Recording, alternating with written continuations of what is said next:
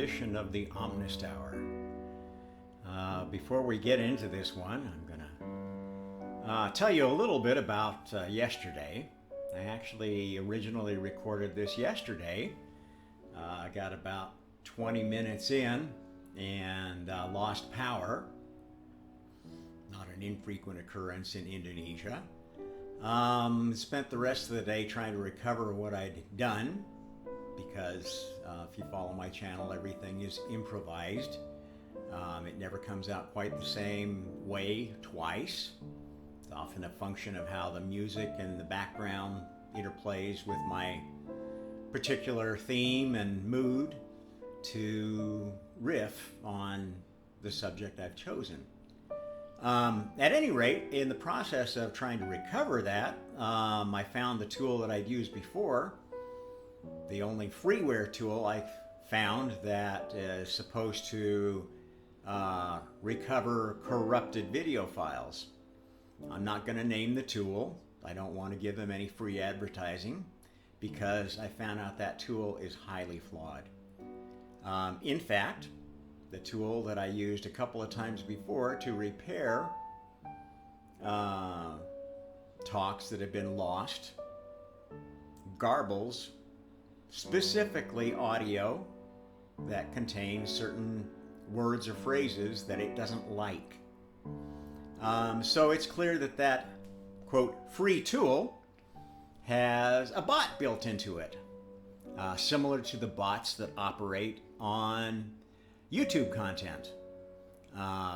Only in this case, it's operating on the front end, claiming to repair the video when it actually is destroying your video, garbling the audio so that your message will be lost in what are probably key places that will lose your followers and lose your message. It also introduced a horrible delay between my voice and what I was saying on the screen, which would be very annoying for users. So, interestingly enough, there's no other alternative I could find that didn't have a pretty steep per use charge or per month charge or per year charge, or the only one that I found that you could buy outright cost $150, which is more than I care to pay for a video repair tool. At any rate, it was not a very productive day, but an interesting day where I learned a lot about things I didn't know were going on in the tech world. As many of you are starting to learn through the crypto scandal of the week. At any rate, I'm going to launch into this again. It's probably not going to be the same talk that I gave before, but hopefully we'd be better in some ways and worse in others. That's how improvisation goes. The topic of the day is, I'm going to call this How Toxic Truths and Toxic Fantasies Get Banished from Healthy Universes, subtitled An All-Father-Side Chat for Cult Darwinists of all brands of fitness. Okay, so let's dissect the title for a bit, which will kind of lead us into the subject, is the way I often approach doing these talks. How can a truth be toxic? Okay, let's drop back to a grade school example. Okay, how many of you remember when you were in grade school and somebody teased another child because they weren't as smart as they were, or they didn't have as nice clothes as they did, or they made what everybody considered kind of a stupid answer to the teacher? This is what I call a toxic truth. When you tell truth with the intent to hurt somebody, that's a toxic truth. And so truth can be used to cause karmic sin. The karmic sin, I always tie back to, everything ties back to tyranny, lording it over some other soul for no good reason. Now, there are nicer ways to tell the truth that are not toxic, right? You could have waited and gone up to your friend in school after class and said, gosh, I'm sorry that, you look like such a fool there. I know that your parents didn't have the wherewithal to put you in preschool and send you to the best kindergarten, and now you're stuck in public school with kids who have had a lot more breaks than you did. Kids whose parents spent a lot of money on their clothes and on the kind of indoctrination they wanted their kids to have. Maybe even had the time to do it themselves. Now that would be a truth told not toxically, told humbly and with an understanding that you may have a truth that other people don't, and you have a need to share it, but you better share it nicely in a way that's not going to unduly hurt someone else. Now, at the same time, sometimes truth does need to be told not so nicely. Telling truth to power, telling truth to a tyrant nicely is going to go right past them, and they will never stop their tyranny. Sometimes evil has to be confronted head on.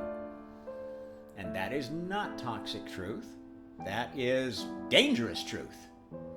Okay, now what are toxic fantasies? Everybody has fantasies. Everybody imagines a world where their life is better than what it is. You fantasize about having better parents. You fantasize about having better friends. You fantasize about having better stuff. You fantasize about a better God. Your own personal friend that does everything you want, right? This is something most children do. Invent a fantasy friend that they call on when the folks that they'd like to be calling on and having them offering their help, their parents often, or their siblings, are not being as supportive as they would like, or telling them toxic truths, or giving them toxic fantasies that are hurting them. Okay, so both truths and fantasies can be toxic. They aren't a priori toxic. A fantasy can be a wonderful thing. Most people who read science fiction and fantasy don't imagine that it's truth, don't take it as gospel, but they do find messages of hope and encouragement in it. Now, there are gray areas there, right? Take, for instance, the Bible. There are some people that say it is absolute truth, and there are other people that say it's absolute fantasy. And these two groups of people are constantly at each other's throats. Well, they're both playing the toxic truth, toxic fantasy game. Because if you take the Bible literally, in its translated form, it's very different from what it says in the original form, especially the Old Testament. And even that original Old Testament form, there's no reason to believe that that is the whole truth, the absolute truth, and nothing but the truth. It's very obvious that the focus of the Bible changes from what appears to be a parallel story to what is told in the Sumerian cuneiform tablets that makes the hero the El of the Hebrews. They're 12 tribes, of which there's a lot of lore around those 12 tribes, a lot of politicized lore.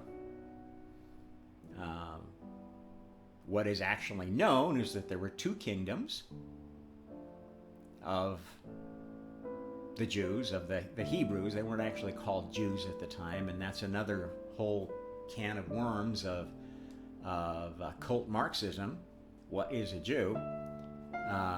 Didn't exist until the Middle Ages, actually.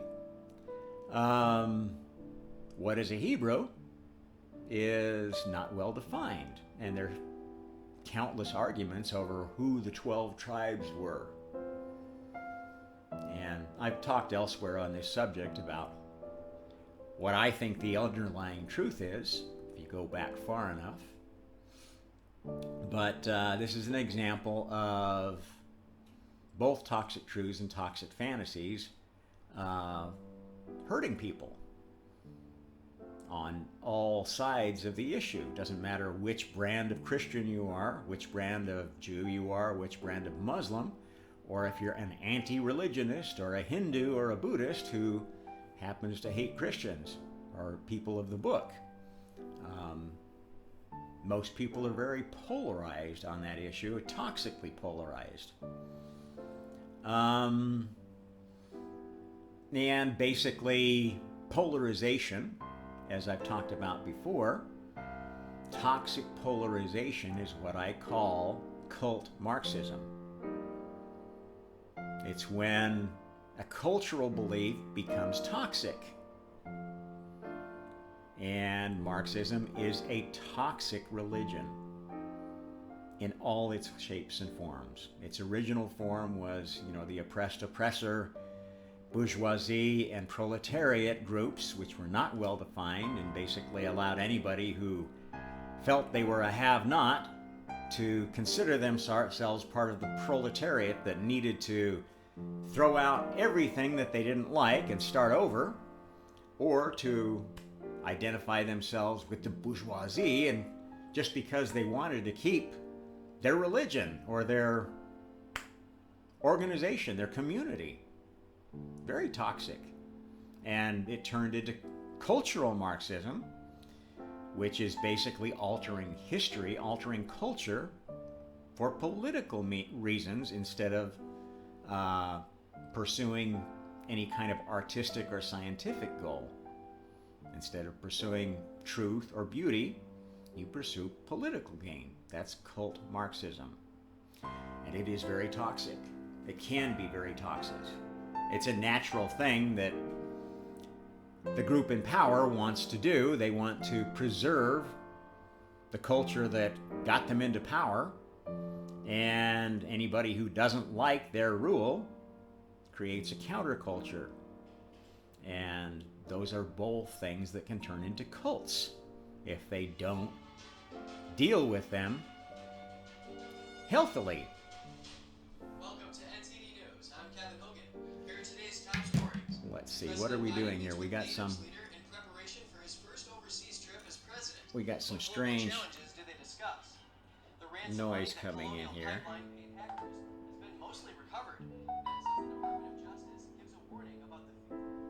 That was from my phone. I don't know what was going on there. Some autoplay started on YouTube. Weird. Weird stuff happens with technology. I don't know if it's just me or it's everybody these days. At any rate, so how do toxic truths and toxic fantasies get banished from healthy universes? Well, let's talk about what a universe is, because there are several levels you can consider that. Basically, at its fundamental definition, universe is what an individual soul is able to observe and interact with around them. Some souls have a very small universe. Humanity, as a collective bunch of souls, has had a universe that has expanded. In the earliest days, the universe of humans was maybe limited to a tribal group or maybe a handful of tribal groups that lived close enough to interact with each other. And that universe was successful, healthy, until it was impacted by another universe that didn't fit with their worldview. They were invaded by a hostile tribe who wanted to enslave them, which happened a lot.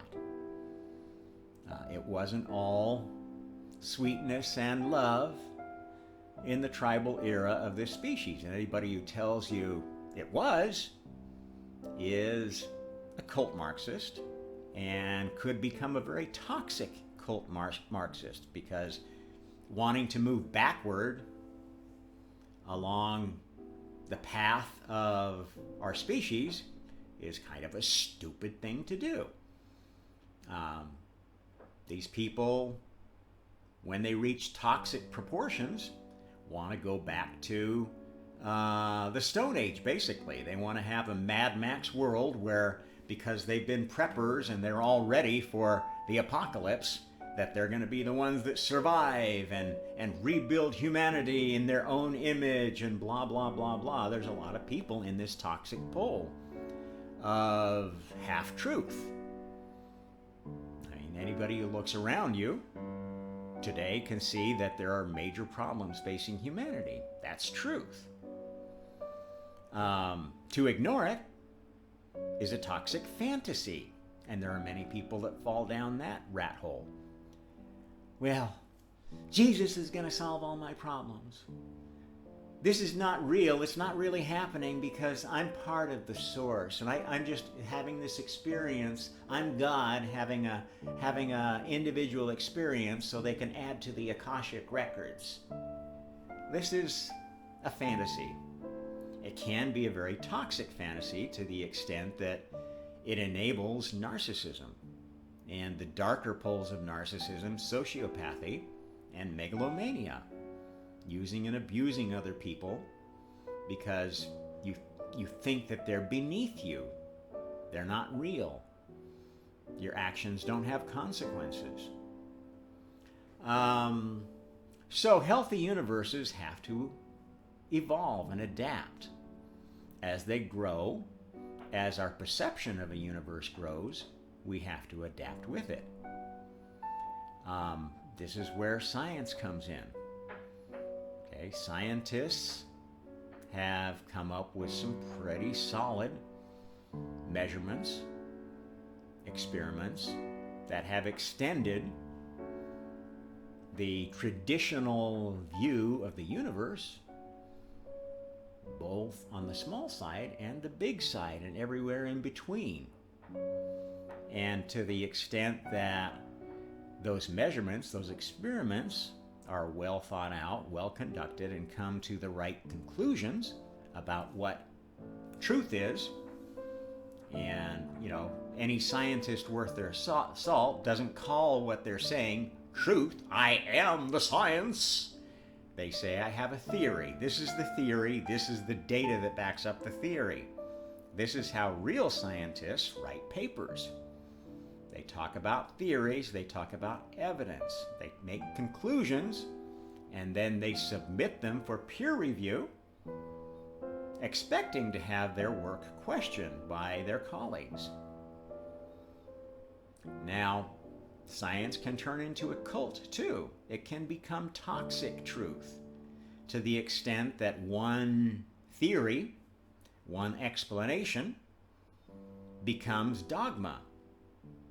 And one of the toxic truths that is most dogmatic right now is Darwinism. Now, Charles Darwin was a great scientist of his day, a day when scientists were kind of gentlemen adventurers, folks who had enough wherewithal, whose parents were well enough off that they could jaunt around joining exploration expeditions. This is how Charles Darwin became a scientist. He was kind of a loose cannon of his family who didn't want to follow the family business and wanted to have some adventure and was interested in all the new discoveries that were being made by the explorers, the European explorers, and volunteered to go on a mission with one of these expeditions that was going out with a specific goal to explore a certain area. This is how he got his start. Okay, and in the course of doing that, he became known for a work proposing that, basically species evolved through a process he called natural selection. And posited that natural selection was due to genetic changes coming from mutations. Had no idea what caused those mutations, and posited that, well, the mutations happen, and the ones that are useful, the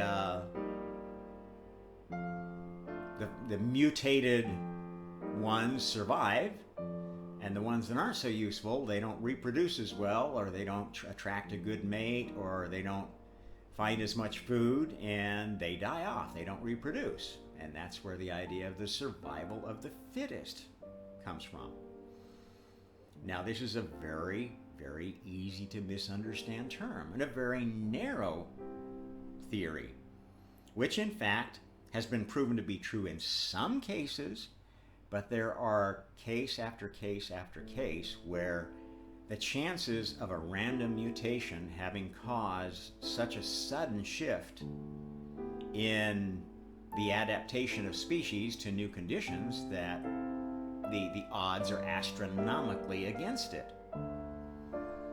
And this is why there's such a strong effort now to sort of bring the two worlds of materialist science in line with a more nuanced view of a creative universe, a universe created by some other force which is driving things like evolution.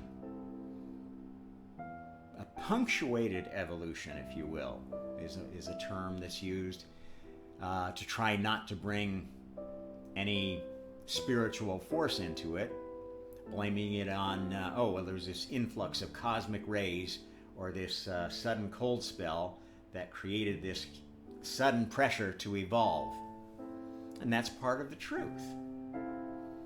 But it's not all of the truth. It does not explain everything. I'm sorry, worshippers of Darwin, your theory is incomplete.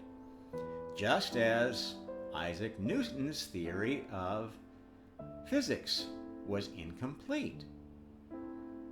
Even Einstein's theory of relativity that made that earlier theory better, with more complicated mathematics, is incomplete. We don't fully understand gravity. We don't understand the connection between gravity and electromagnetic and weak and strong forces, nuclear forces. We don't fully understand or have a theory of everything. In fact, quantum mechanics makes it very difficult to have a theory of everything, because quantum mechanics only makes sense through probabilistic looks at the small end of the spectrum. And I would posit to you that actually science, done at any level of the spectrum, has a probabilistic factor to it. I'm not going to go into the whole truth about evolution, the truth about the origin of everything, because I talk about that elsewhere. But I really want to focus in on the folks that, kind of worship this survival of the fittest idea. And they apply it to human populations, to political problems, to economic problems. This is very dangerous, because fitness means a lot of different things. Those who put their faith in more powerful, bigger, more authoritarian government think that that is a form of fitness. It's argued that that makes you better able to quickly adapt to new situations, to force better solutions onto old cultural models. And this is exactly how the Chinese Communist Party is argued for as, boy, look at those guys. They really get things done, don't they? Well, a lot of that so-called fitness of the Chinese Communist Party is due to propaganda, to a fake narrative of what's actually going on. If you actually know what's going on inside China, you would know that many of their big, massive projects are massive disasters, or disasters waiting to happen, such as the Three Gorges Dam, which most of the honest scientists of the time, when they were doing the evaluation and trying to decide if they should or shouldn't do the Three Gorges Dam, said, no, this is a very bad idea. It's going to lead to massive droughts, massive flooding, and potentially, if the dam fails, a flood that could take out literally half the population of China. Because if you look at where that dam is situated, downstream of it are all the largest cities of the Yangtze River Delta. Shanghai, Wuhan, etc., etc. And if that dam was full and it failed, it would be catastrophic. There's also the problem of, well, when you hold that much water behind a dam, this is very heavy and it presses down on the earth.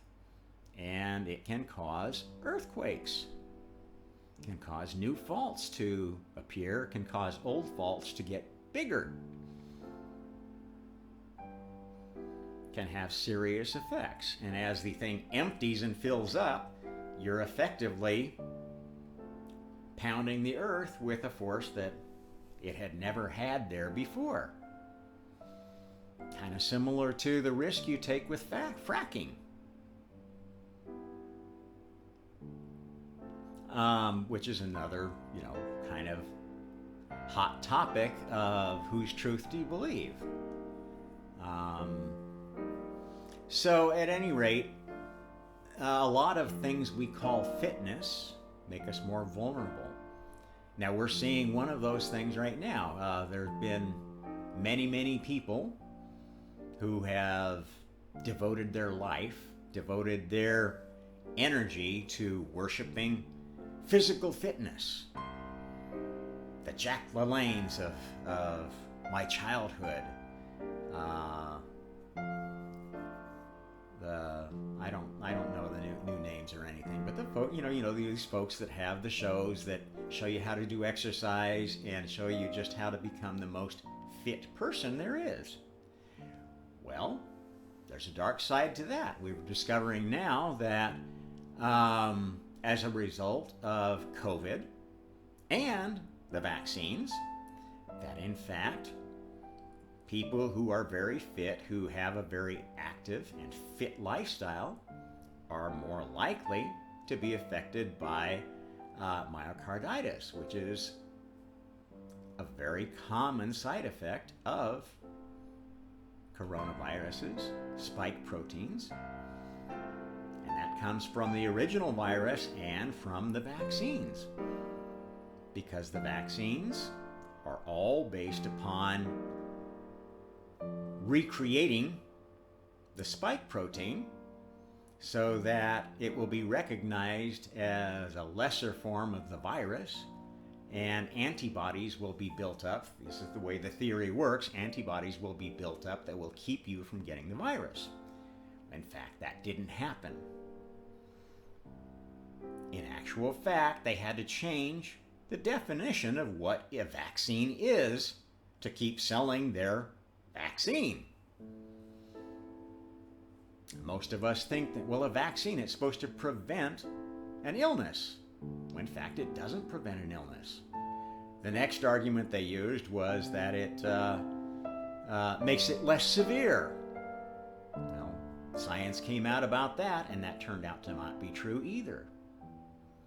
And so, there are toxic truths and toxic fantasies all over. And they're being spouted by people that have this idea of fitness, their own idea of fitness, their own idea of what would make the species better. There are many in positions of power that think this species would be more fit if there were fewer of us, because we've got so much technology now, we don't really need so many people to do all the menial work.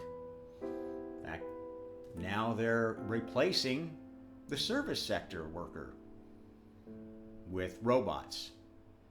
You go to Asia especially, and you can literally go into some restaurants and be served entirely by robots. And they think it's wonderful. Oh, this is so great. I don't have to deal with people. Okay, well, if that's what turns your crank, but you got to think of the other side of fitness. Does this actually make the human species more fit, more survivable against whatever might hit us? Well, I would argue it doesn't. In fact, it encourages some to think, well, we need to just reduce the population because we don't need all these people, and most of them are good for nothing, manual laborers, can't do anything, so let's just figure out a way to wipe them out and make the species more fit. This is a science called eugenics, which became very popular about 100 years ago. It kind of came in with the idea of Marxism. The new worship of science, the idea that you could make humanity better. Transhumanism is an outgrowth of this, which is not necessarily a bad idea. I have absolutely nothing against augmentation of the human with other processors that may be better suited for certain tasks than the ones we have built in. Now, you listen to many of my talks, you will understand that I think of the human body as a soul vehicle that has many souls working in it. There's the oversoul of the whole human, which is what you think of as I, and there are oversouls of each of the organs, even every single cell, and each of those has a program that it runs. A very low level of consciousness, sort of an AI, if you will. The AI of a cell is designed to produce certain proteins, certain chemicals under certain conditions, and to have, its own life experience until it's time for the cell to die and get recycled by the blood system. And that's basically a different life cycle than the human experience of birth, living, and death. Those souls have their own life experience, which is kind of subordinate to yours, if you will. And they have their own idea of fitness. What's good for the brain, what the brain thinks it wants, may not be what the heart thinks it wants, or the stomach thinks it wants, or the sexual organs think they want. They each have their own idea of fitness. And it's up to the oversoul to balance these ideas against the needs of the whole, with the idea that there's no perfect solution. In fact, the best solution is going to be one that's the most adaptable to changing circumstances.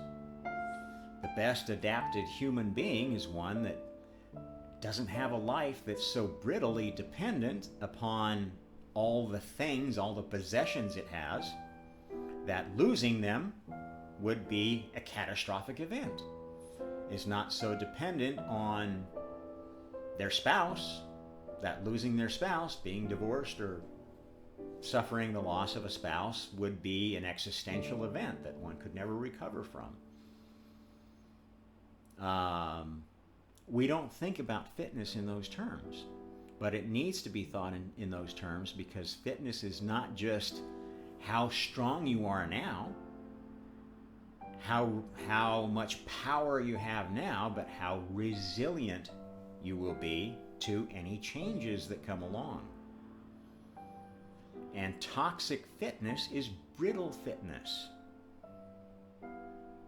You look at the bodybuilder types, the Arnold Schwarzeneggers of today, and they almost all, in order to compete on the world stage, have to use steroids of some kind, secretly, hiding it, disguising it, blah, blah, blah, blah.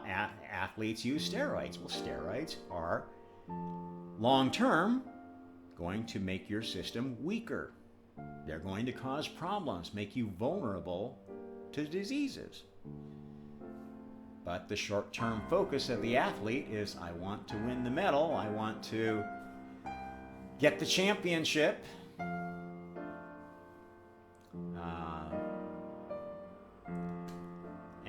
And they do stupid, short-sighted things that are not conducive to long-term fitness.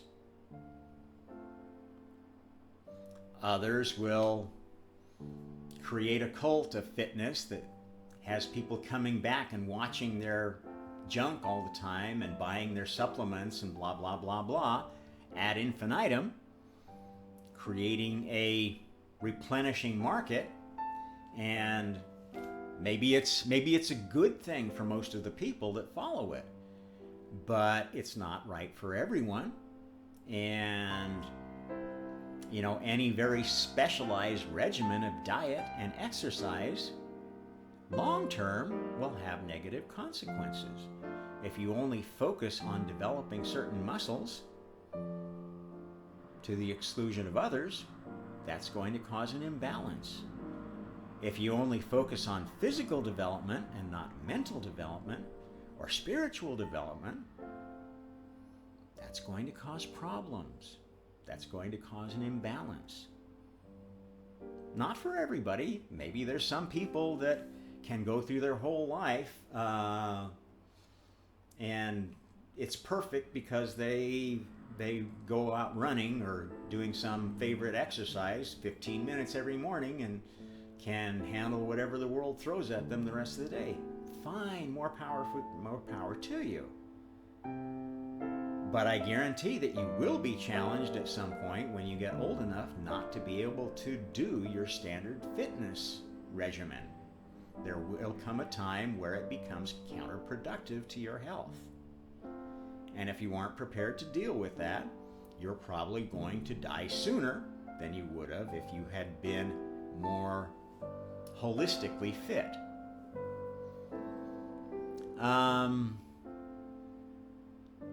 Okay, so what am I saying here? Darwinism, the materialistic view of evolution, there's nothing wrong with that. It is true, it does happen. But if you make it a cult by turning it into social Darwinism, do you know what social Darwinism is? It's basically a cult saying that, well, the survival of the fittest says that me and my type, my nationality, my race, my sex, my whatever, are more fit and therefore should be the ones to survive. And this is essentially how the elite of this world think. They have a cult where they believe that because they have all the highest degrees and they've inherited the power and they have all the connections and they know all the people that are capable of changing the world, that they are the fittest. And some of them may be, but many of them are second or third generation elite who are really, really spoiled narcissists and are fit for nothing but loony bins, frankly. They're narcissistic, sociopathic, megalomaniac, crazy people who want to destroy part of this species, thinking that it's going to make things better for their beautiful people. The ones that really deserve to be human, to get all these great modifications that we're working on, to fly off in the ships to the moon and Mars when this planet dies of its own self-inflicted wounds.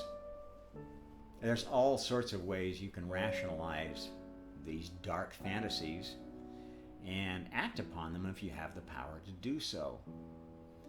And that is not survival of the fittest. I'm sorry to burst your bubble. That is cult Darwinism.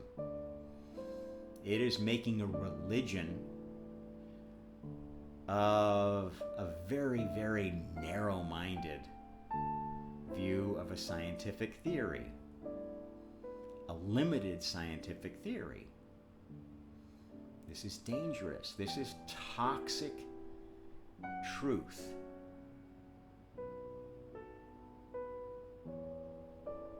And toxic fantasy. Now, similarly, anybody that looks at the earth and says, well, we can handle another 30, 40 billion people, no problem. Well, is that a fantasy or is it truth? Do we really have the technology to support that? Oh, sure, we just need to, throw all this money into green technology and we need to build a Dyson sphere around the whole planet and harness all the energy of the sun. We got it made, blah, blah, blah, blah, blah, blah, blah. Okay, fine. Those are great ideas, but they haven't been tried. They haven't been tested. They haven't even had the decency, in most cases, of somebody throwing numbers at it and saying, well, okay, to do this with the technology we're aware of, it's going to take so much lithium, so much cadmium, so much cobalt, so much this, so much that, etc. How much do we have? And then, when you go through that exercise, you realize, well, crap, we better go find some mineral-rich asteroids to go mine because there's not enough here. At the rate that we're finding it, we're never going to get to Mars. We're never going to really get to the point of having colonized the moon even.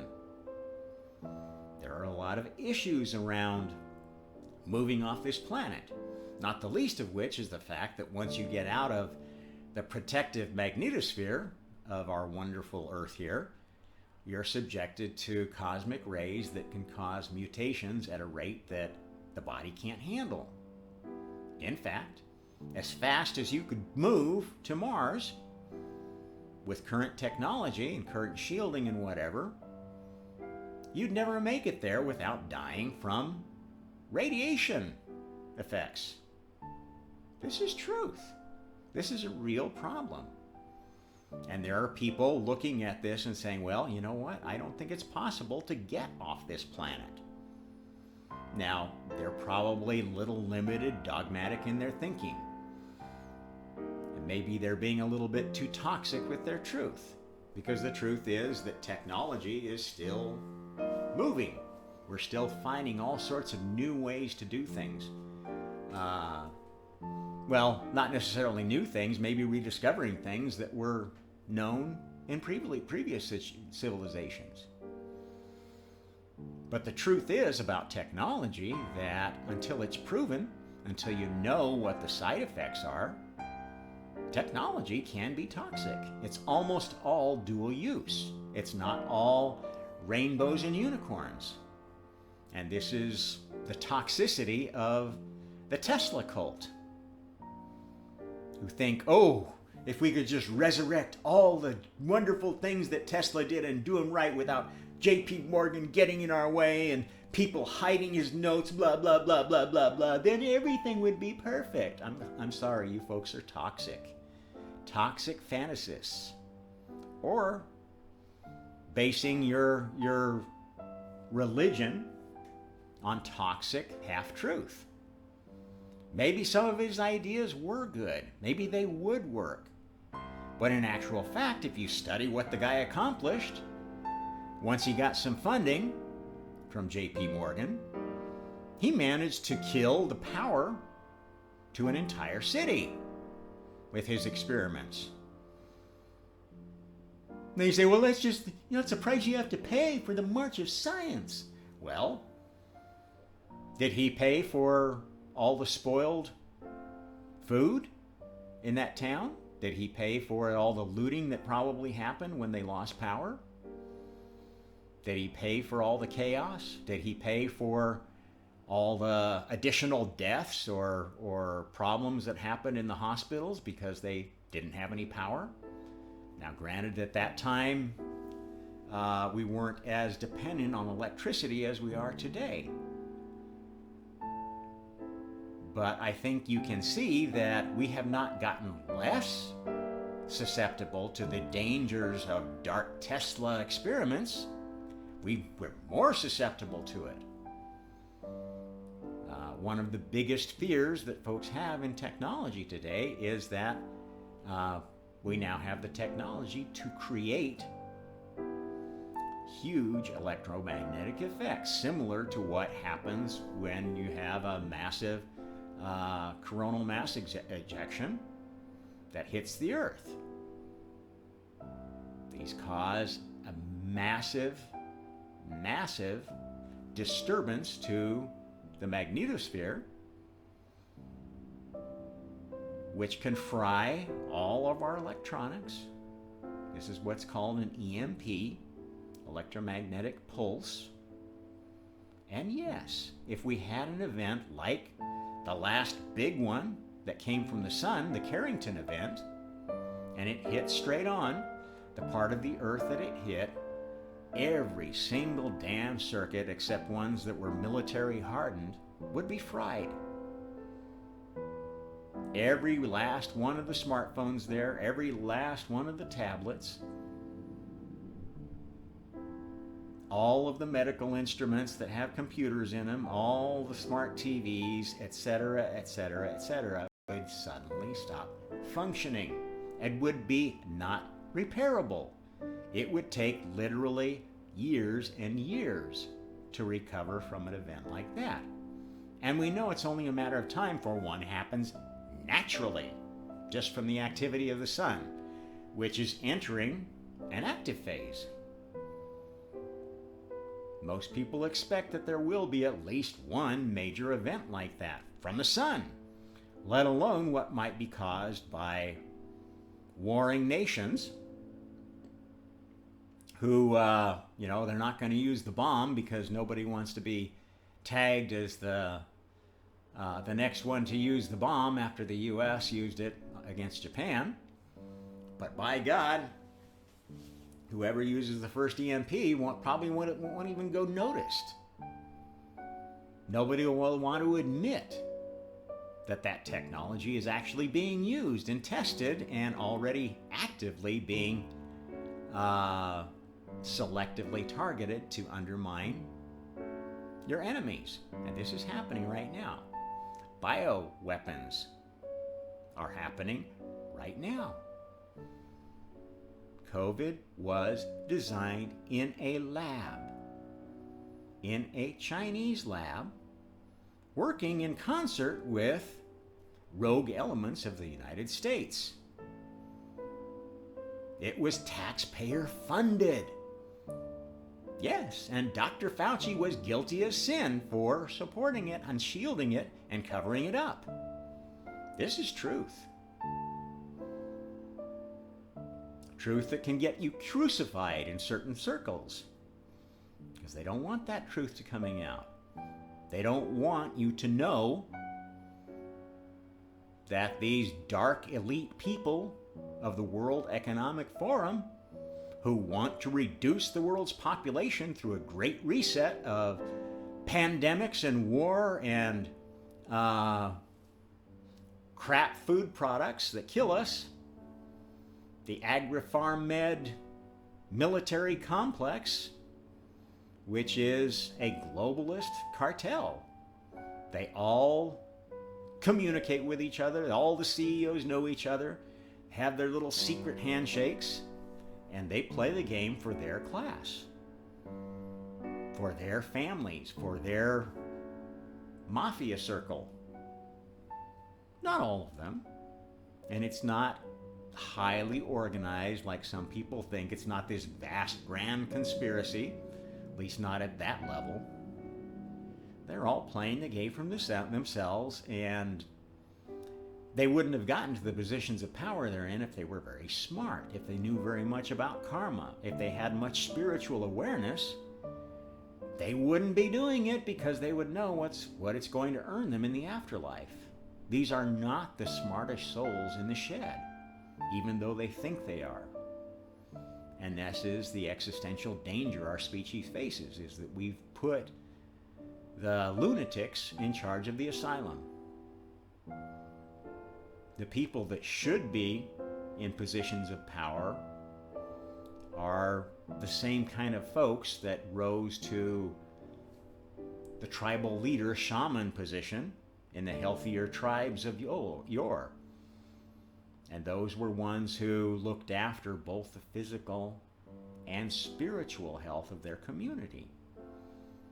They realized that their decisions had consequences that needed to be thought out before action was taken, if you had time.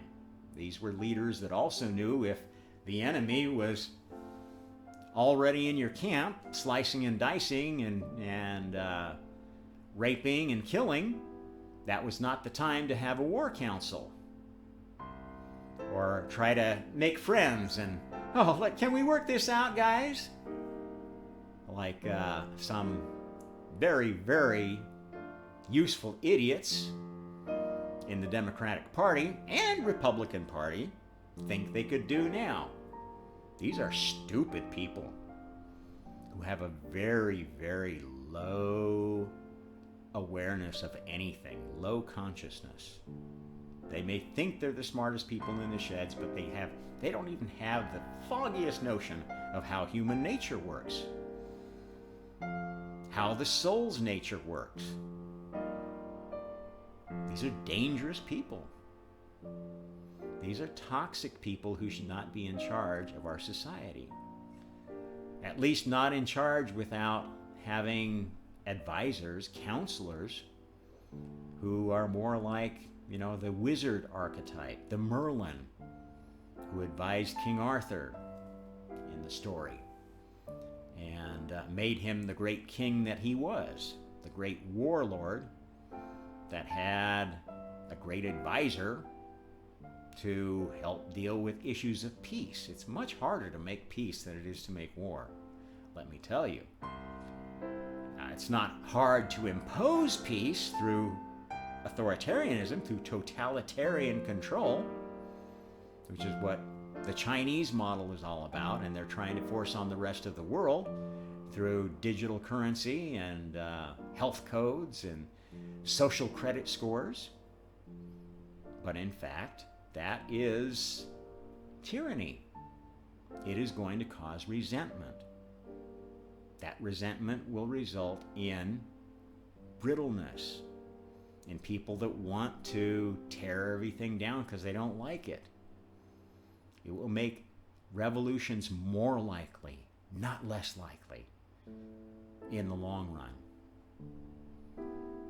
And this is one of the biggest toxic fantasies that so many people have today, is that, if we just all are peace, love, and oneness, and we all work together, and blah, blah, blah, blah.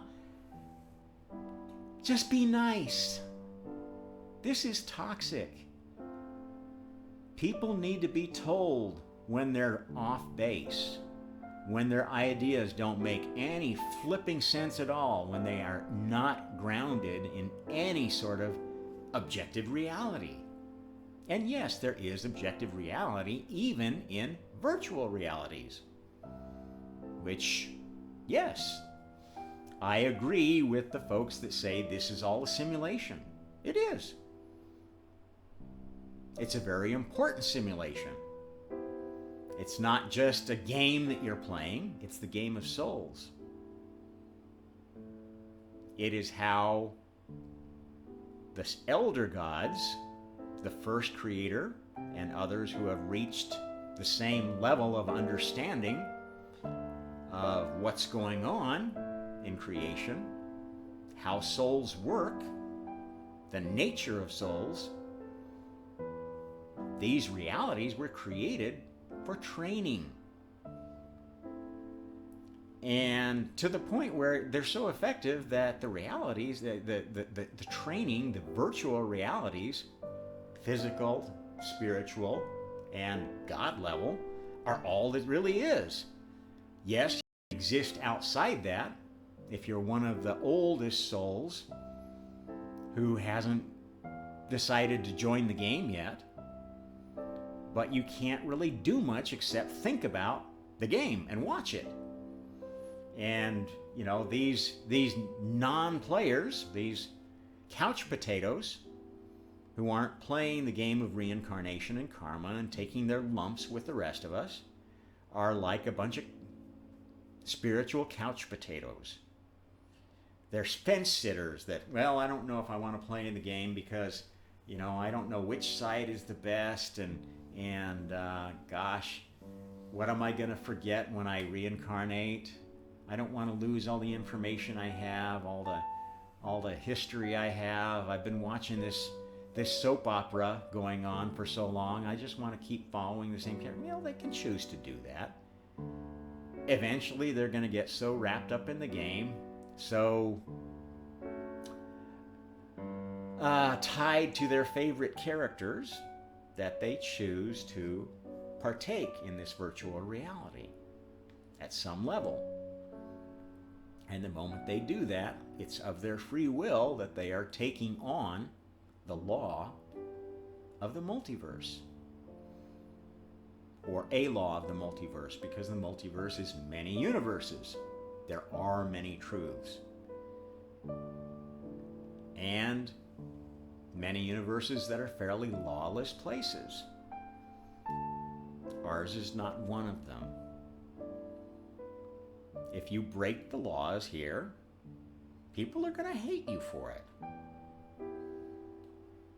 They're not going to want to let you break the laws again. They're going to want to execute you. They're going to want to put you on trial, have another Nuremberg tribunal, and charge you with crimes against humanity if that's what you're guilty of. And if they don't do that, when you die, you'll go through a life review, and that's going to seem like being on trial times 10,000. You're going to see every time you could have done something to make a difference and you didn't, or you did something that screwed up somebody else's life, screwed up somebody else's incarnation, screwed up some God's universe to the point that you had to be kicked out of it. And that can be a really harsh slap in the face. But it's a necessary thing to do with toxic souls.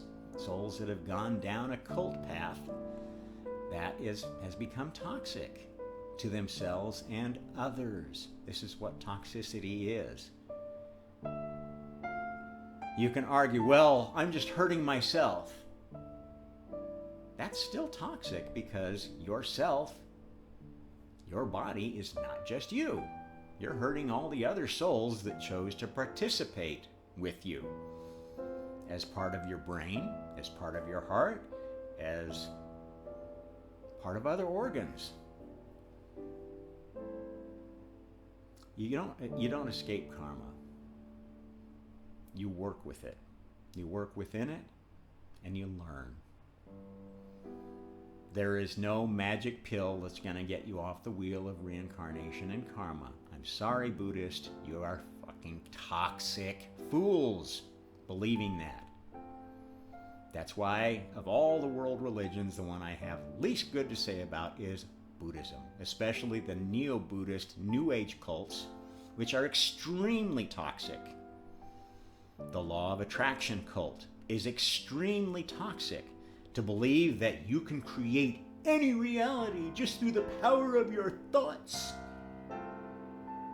without affecting anybody else or causing karma, without having side effects, without hurting somebody else who has their own idea of what perfection should be. This is toxic. This is foolish. It's the lowest level of spiritual awareness you could possibly have. And these people are promoting it as, I'm enlightened. I did ayahuasca and I saw the light and I saw the spirit elves and so I'm the God. I'm sorry, folks. You are toxic. You're in a toxic fantasy world. And yes, there are many toxic fantasy worlds out there that aren't always toxic. I mean, yeah, go commune with the spirit elves, the machine elves. Go talk to anybody you want in the spirit world. Just don't assume that they're telling you the truth or they're worshiping you as a god or they're making a god out of you. Most of them are laughing at you. Having your first experience of the spiritual realm and thinking that is enlightenment? My God, you're the laugh of the town. It takes a lot more than a 7-day or a 2-day ayahuasca ceremony journey to become enlightened. It takes many, many incarnations and much karma, many different points of view to advance even to the first level of spiritual awareness. And that's only the 5th level.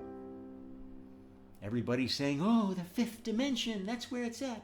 We need to get beyond the 4th, beyond the 3rd. You're just barely touching the surface of where you need to go, folks, if you really want to pursue it.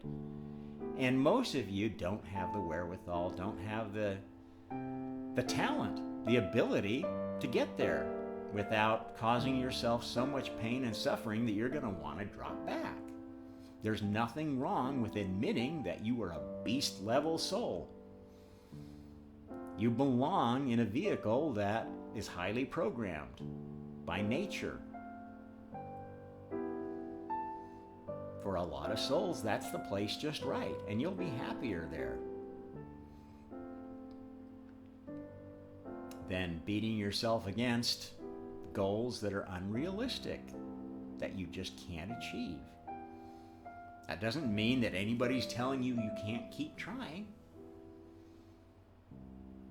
What I am telling you is that if you keep pushing your own personal agenda, your goals and desires as an individual soul, and they become toxic to other souls, you will be banished from healthy universes.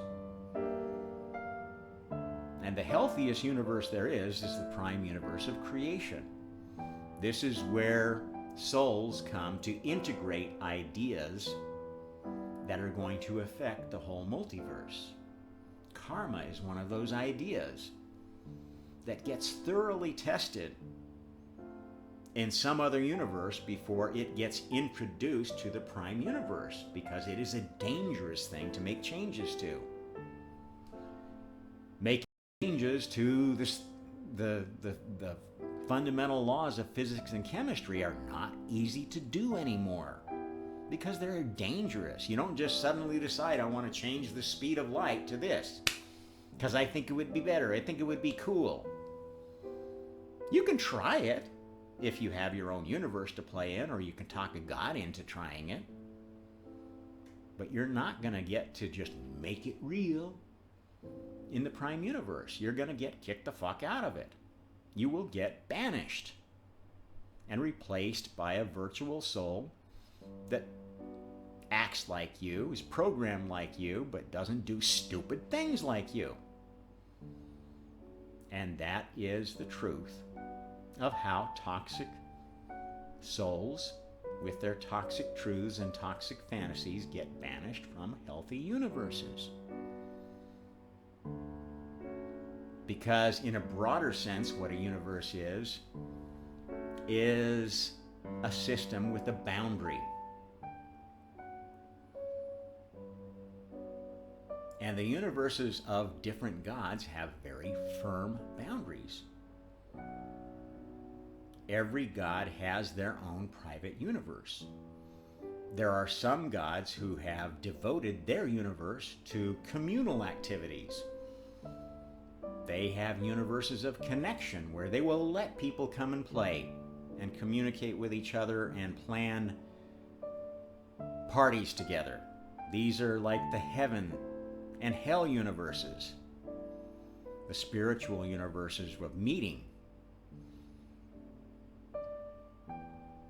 There are other universes that are very isolated places where gods go to rest and relax and just play their own fantasy games.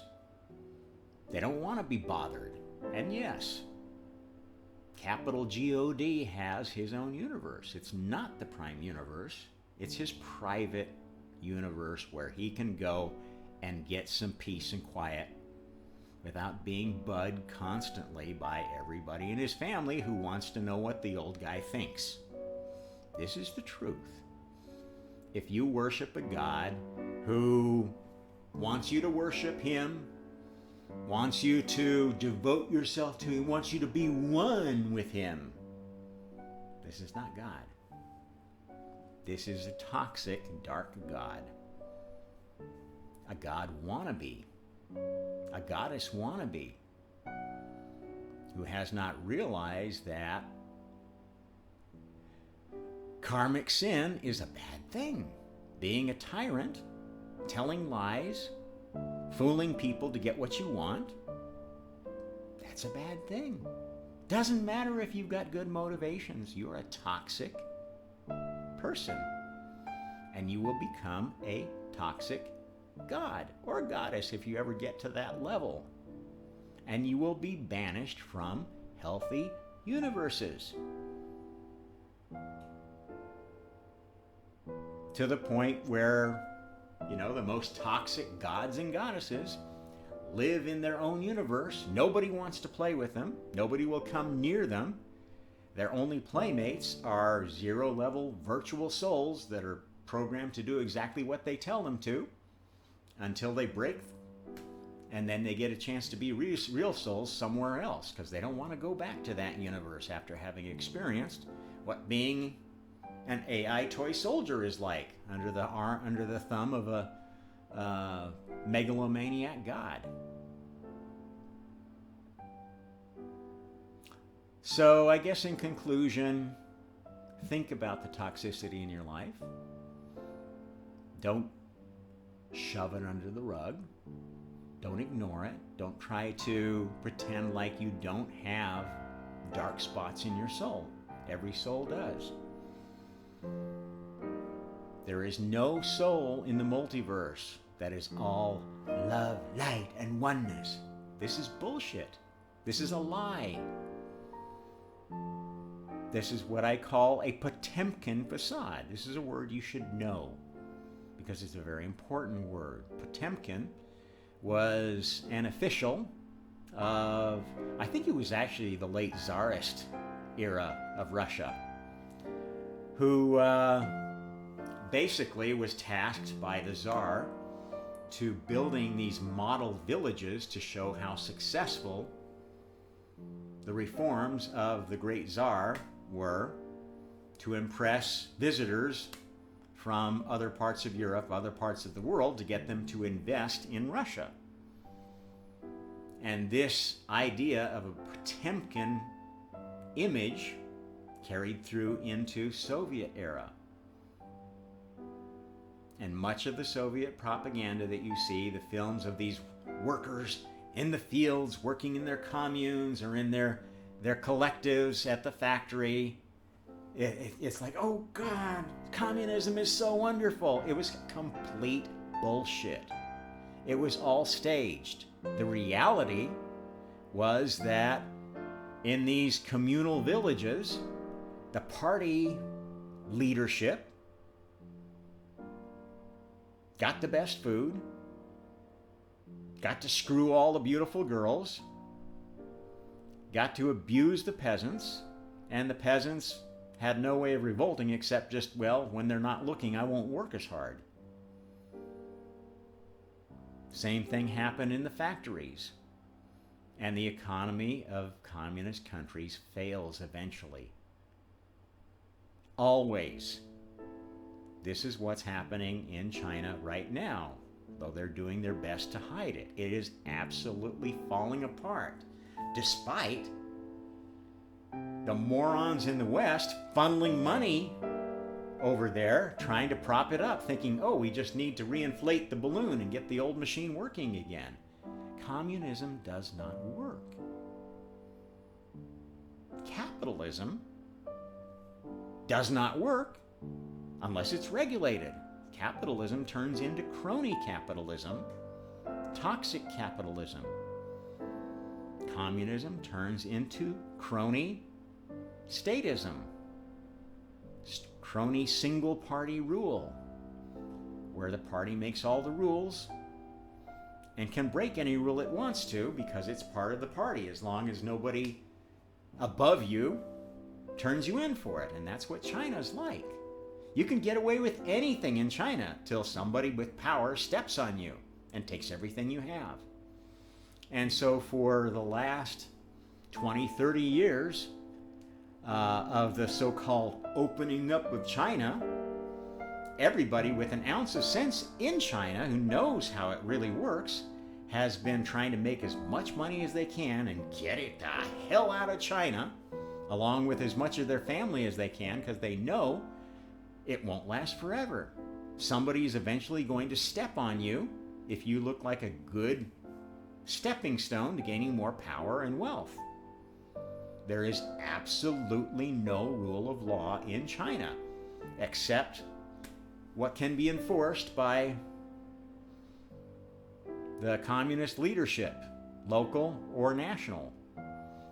And it's exactly like China's always been. Under the emperors, everybody did their own thing and tried to make it look like they were doing what the local magistrate or the emperor had dictated, while making money on the side, shoving it under a rock, sending it overseas, etc. That's why there are so many Chinese living all over the world. China's not a great place. It's got a really crappy culture. Where did that culture come from? Not just communism. It came from the precursor to communism. Spiritual communism. Buddhism. Buddhism is spiritual communism. The government of the Dalai Lama was a totalitarian dictatorship. And the bastard, when his country was invaded by the Chinese Communist Party, just abandoned him. Oh, I've got to get out of the country. I'm so important. And now he jet sets all over the world, telling people to love each other. Oh, we need to be one. We can solve anything with love. Fucking bastard.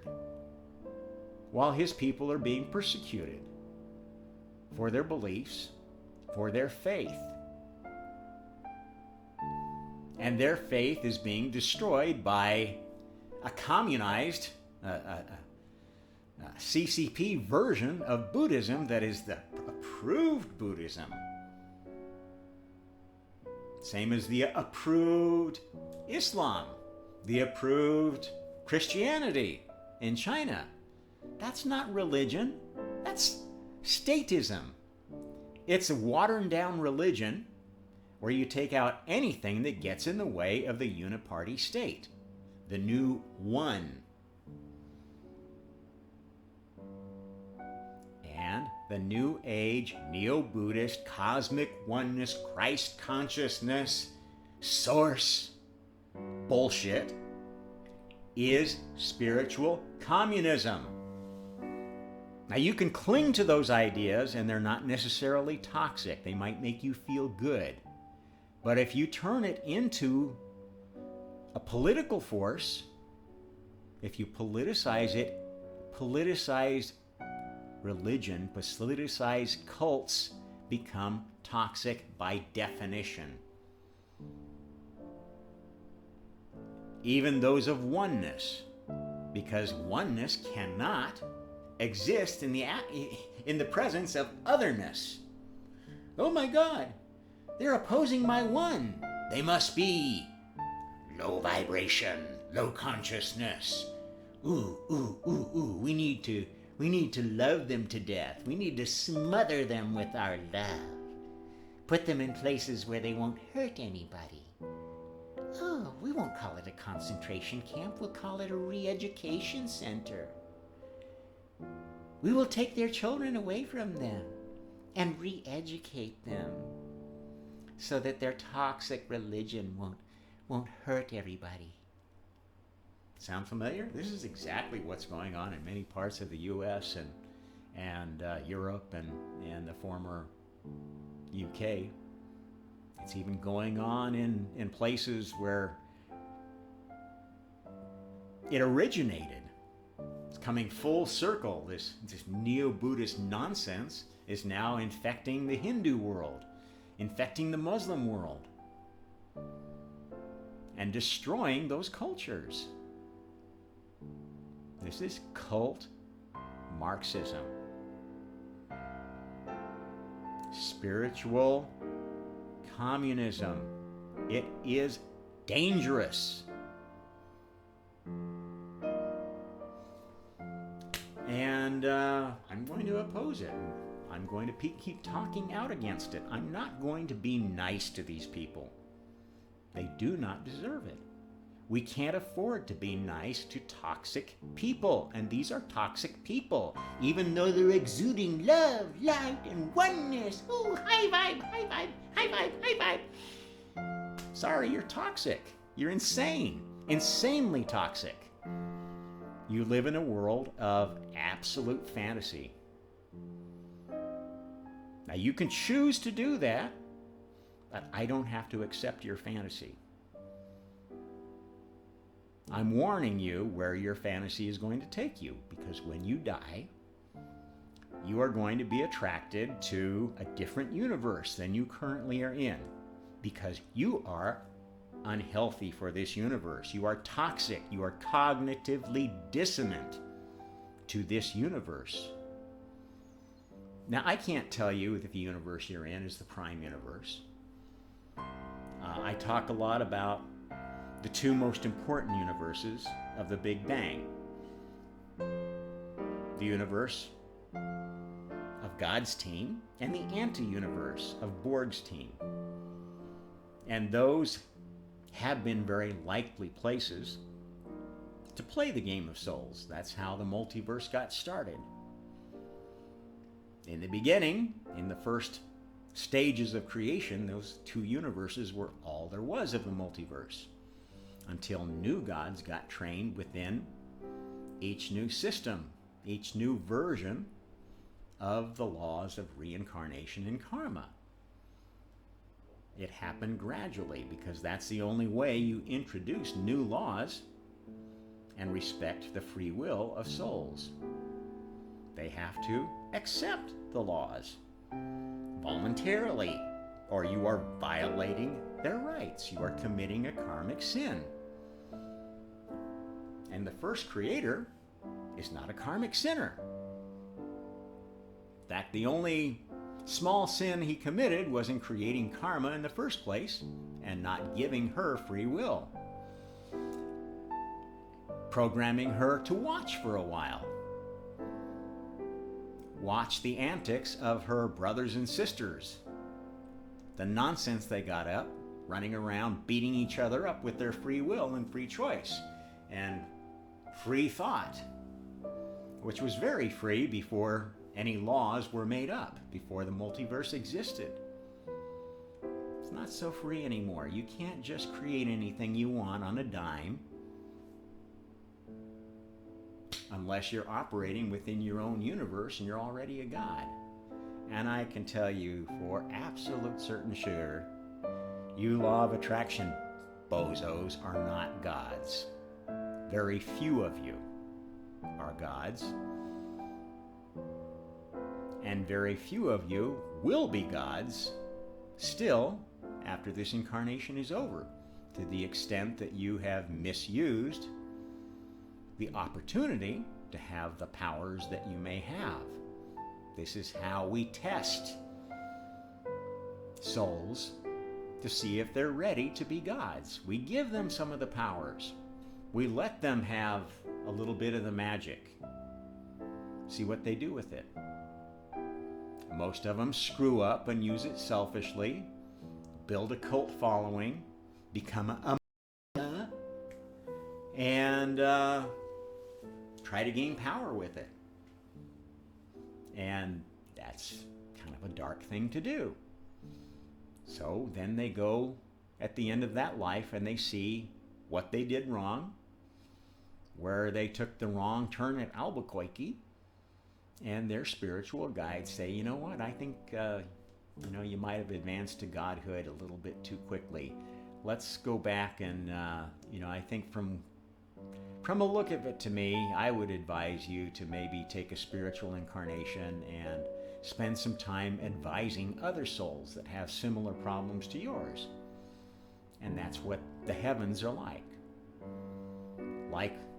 It's very much like the 12-step program that we know works so well for addicts to cure each other. It works in the spiritual world too. It's a 12-step system of training gods or training souls to be happy with where they're capable of functioning healthily in the multiverse. Not everybody is cut out to be a god. Not everybody is cut out to operate in the spiritual realm, be a spiritual advisor. Not everybody's cut out to be a great scientist or a great artist. But everybody has their own dreams of greatness. Doesn't want to be held down, doesn't want to be held back, wants to give it their best shot at whatever they want to be great at. Even if it's only, I want to be a great parent, I want to be a great father or mother. That's a very noble goal. And if you focus on that, you can get really, really good at it. And you can help a lot of other souls along their path. In fact, those are the best connected souls I know of, are the mother and father specialists. They're the ones that tend to make the best spiritual advisors when they choose to incarnate in the spiritual realm. And they're the gods that run the sort of R&R universes for really damaged souls to recover for a while before they go back into the battle of competing to be the best they can be. You need a vacation life once in a while. You need an easy one where you get to go live in the Lord of the Rings fantasy without all the Saurons. I don't know. Whatever your fantasy vacation is, yeah, you can take lives like those, and welcome to them. Those fantasy universes get their payback by basically using your spiritual energy while they are giving you this fantasy experience. And this is really where the dark side of the matrix comes. There are incarnations that are very much like that, where your spiritual energy is being milked while you're experiencing this virtual reality that you don't seem to have much control over. It controls you. It feeds off of whatever energy you bring to it. Gives you Hollywood disaster movies or Hollywood romance movies or whatever happens to be your particular love. These are actually the universes that are run by Borg-like gods, the ones that want to have complete control, such complete control that they want to take all your free will and just give you a fantasy experience. And that's not evil. That can actually do a lot of good. To the extent that they let you choose your fantasies and they don't force them on you. Again, it's all about karma. At any rate, I think I pretty much hashed that subject to death. I hope you enjoyed it. If you have any questions, feel free to interact in any way, shape, or form. If you liked it, like, share, subscribe. Consider getting involved, learning more about this new philosophy, religion, viewpoint of the multiverse called Omnism. Till next time, this is Rob Trump with the Omnist Hour. Happy Karma.